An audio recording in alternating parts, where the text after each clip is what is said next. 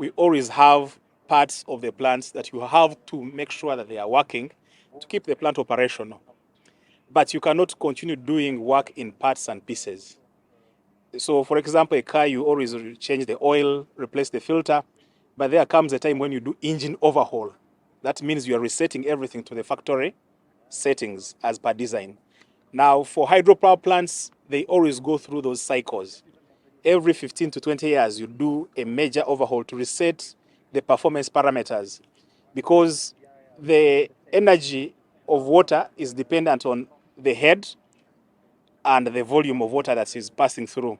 But the conversion of that water must be to a certain level of efficiency. For hydro plants, should be between at least minimum 90% to 95% of efficiency. Right now, I have the good news to tell you that the 73 million euros loans, soft loans, as well as the 2 million grant from AFD and the 10 million from the EU, all those amounts have been approved through the respective board of AFD and the EU Commission in Brussels. Right now, the feasibility studies are nearly completed.